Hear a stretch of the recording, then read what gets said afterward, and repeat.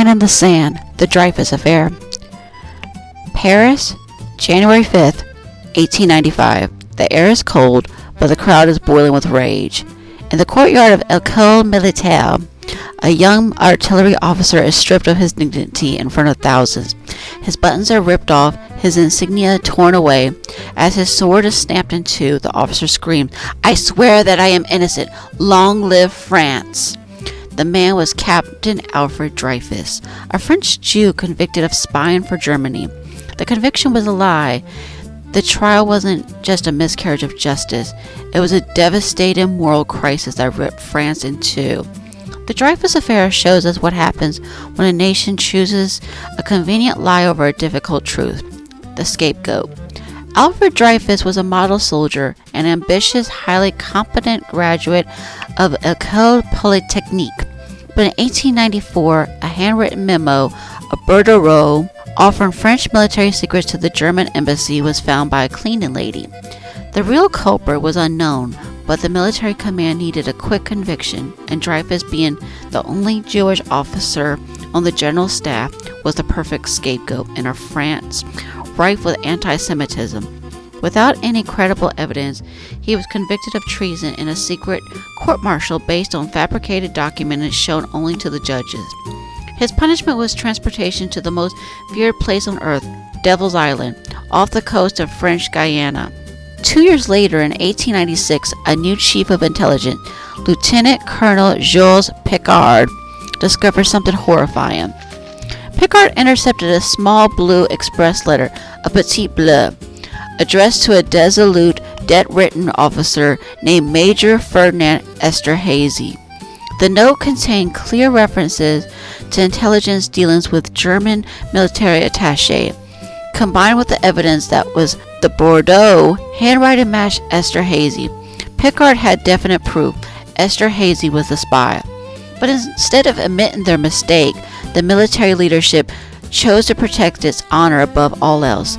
They feared exposing the initial judicial error would destabilize the government and weaken the army. Picard was silenced and shipped off to North Africa. The head of military intelligence, Colonel Hubert Joseph Henry, manufactured a new document, a blatant forgery, to definitely prove Dreyfus's guilt. The lie was cemented. By 1898, the truth was seeping out.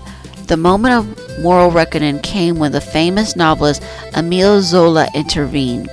In a blistering open letter published on the front page of a Parisian newspaper, Zola accused the highest levels of the French government and military of a deliberate, calculated miscarriage of justice.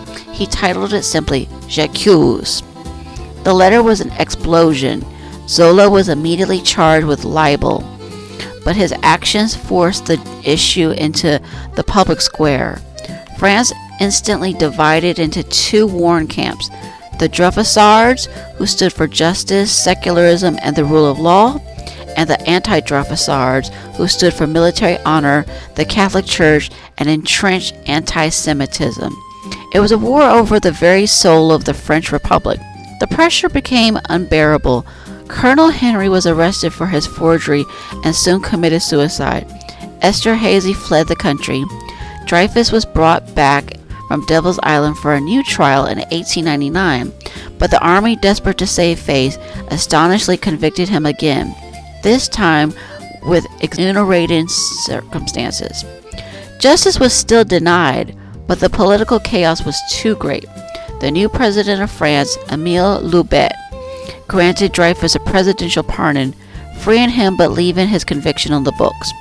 It wasn't until 1906, 12 years after the initial arrest, that the Supreme Court of Appeals finally and fully exonerated Alfred Dreyfus. He was reinstated into the army with the rank of major and decorated with the Legion of Honor.